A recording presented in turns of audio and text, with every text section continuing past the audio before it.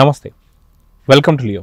మనతో ఉన్నారు senior journalist him Sundar గారు. సార్ నమస్తే. నమస్తే అండి. సార్, ఉస్తాద్ భగత్ సింగ్ వాస్తవానికి పవన్ కళ్యాణ్ గారి లైనప్లో ఉన్నటువంటి సినిమాలు చాలా తక్కువగా ఉన్నాయని చెప్పేసి అనుకోవాలి. అటువంటిది one of the movie Ustaad Bhagat Singh అని చెప్పుకోవచ్చు. గతంలో కూడా హరిహర వీరమల్లో ఆశించినంత ఫలితాలు అయితే రాలేదు. సో 2025 కొంత డిసప్పాయింట్మెంట్లో ఉంటుంది అనుకున్న టైంలో 2025లో వచ్చిన మరో సినిమా వచ్చేసి ఓజీ ఒక ప్రభంజనాన్ని సృష్టించింది. అదేవిధంగా దాదాపు 10 ఏళ్ల కెరియర్ పూర్తిగా ఫ్లాపులతో ఉన్నటువంటి పవన్ కళ్యాణ్ కెరియర్ని గతంలో ఖుషి తర్వాత మళ్ళీ అంత పెద్ద హిట్ తీసుకొచ్చింది హరీష్ శంకర్. సో మొత్తానికి హరీష్ శంకర్ డైరెక్షన్లో రాబోతున్నటువంటి ఈ సినిమాకి సంబంధించిన అప్డేట్స్ ఏంటి, ఇంకేమైనా సరే సినిమాలు ఉండే అవకాశాలు ఉన్నాయా ఏంటి, పవన్ కళ్యాణ్ గారి లైనప్ అంటే ఏం చెప్తారు? ఇప్పుడు ఉస్తాద్ భగత్ సింగ్ సినిమా సంబంధించి ఒక పాట రిలీజ్ చేయబోతున్నామని హరీష్ శంకర్ గారే అప్డేట్ ఇచ్చారు. అది డిసెంబర్లో ఆ అప్డేట్ రాబోతుంది. ఆ హరీష్ శంకర్ గారు ఒక అప్డేట్ ఇస్తే నిర్మాత రవిశంకర్ గారు నిన్న ఆంధ్ర కింగ్ తాలూకా కార్యక్రమంలో చెప్పారు, ఉస్తాద్ భగత్ సింగ్ని వచ్చే సంవత్సరం ఏప్రిల్లో రిలీజ్ చేయబోతున్నాం అని చెప్పారు. కాబట్టి క్లారిటీ వచ్చేసింది. ఎందుకంటే పవన్ కళ్యాణ్ సంబంధించిన షూటింగ్ పార్ట్ కూడా కంప్లీట్ అయిపోయింది. ఇక పోస్ట్ ప్రొడక్షన్ వర్క్ జరుగుతుంది తప్పితే ఇంకా వేరే వర్క్ ఏంటో ఏమీ లేదు. కాబట్టి ఏప్రిల్లో కల్లా ఈ ఉస్తాద్ భగత్ సింగ్ వచ్చేస్తుంది. ఆ తర్వాత వాట్ నెక్స్ట్ అనుకున్నప్పుడు మరి పవన్ కళ్యాణ్ గారు సినిమాలు ఆపేస్తారా అనే మాట కూడా ఉంది. నిర్మాణంలోకి వస్తానని అన్నారు ఆయన. కానీ తాజాగా ఉన్న లెక్కలైతే మారుతున్నాయండి. 2029 ఎన్నికల లోపు ఇంకొక 2 సినిమాలు చేయడానికి ఆయన సుముఖంగా ఉన్నారనేది వినిపిస్తున్నమాట. ఆ 2 సినిమాలు ఏంటి అనేది చర్చలు జరుగుతున్నాయి. ఒకటి ఏంటంటే వీరమల్లికి సీక్వెల్ చేయాలా లేకపోతే ఓజీకి సీక్వెల్ చేద్దామా అనేది ప్రపోజల్. ఈ 2 సినిమాలు కాకుండా వేరే కొత్త సబ్జెక్టులు చూడండి, ఆ 2 సినిమాలు చేద్దాం అనే మాట ఆయన అన్నారనేది తెలుస్తుంది. కాబట్టి వీరమల్లు కానీ ఓజీకి కానీ, వీరమల్లికి అయితే నాకు తెలిసి సీక్వెల్ వచ్చే అవకాశం ఇప్పట్లో లేదు.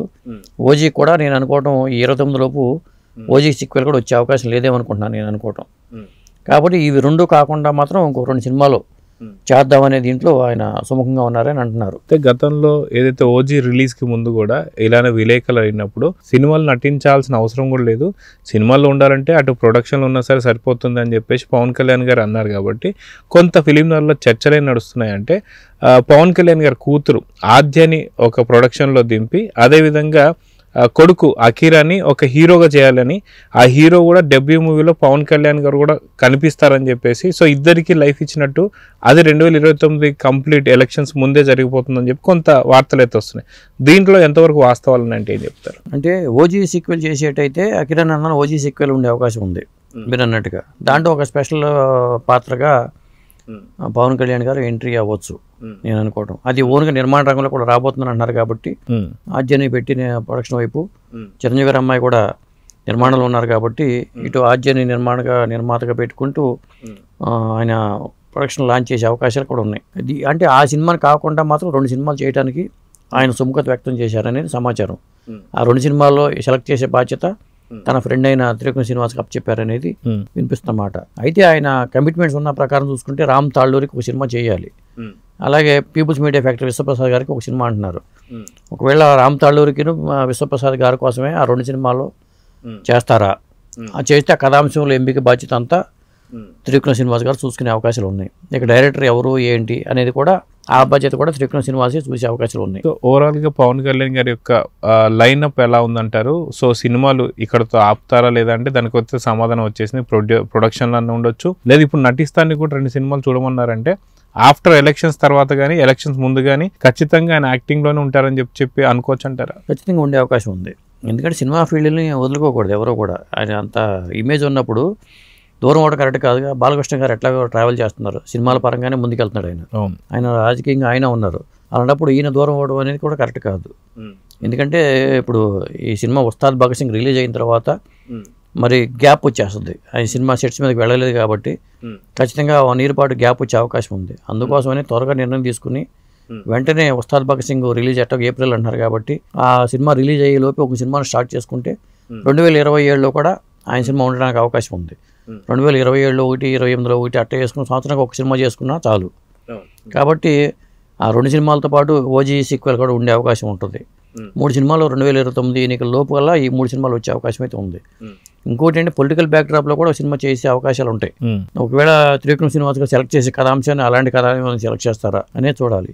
ఏదేమైనా సినిమాలకే దూరం అవడం అనేది ఇప్పట్లో జరగదని అనుకుంటున్నా. ఆయన తగ్గించుకోవచ్చు కానీ సినిమాలో అయితే చేయకుండా మానరని అనుకుంటున్నాను నేనైతే. అయితే గతంలో మనం చూసుకుంటే సక్సెస్ఫుల్ డైరెక్టర్, చాలా ఫాస్ట్గా తీసే డైరెక్టర్ ఎవరు ఉంటే టక్కును మనకు గుర్తొచ్చే పేరు పూరి జగన్నాథ్ గారు. సో పూరి జగన్నాథ్ గారితో గంగతో రాంబాబు సినిమా తీసిన అనుకున్నటువంటి ఫలితాలు అయితే రాలేదు.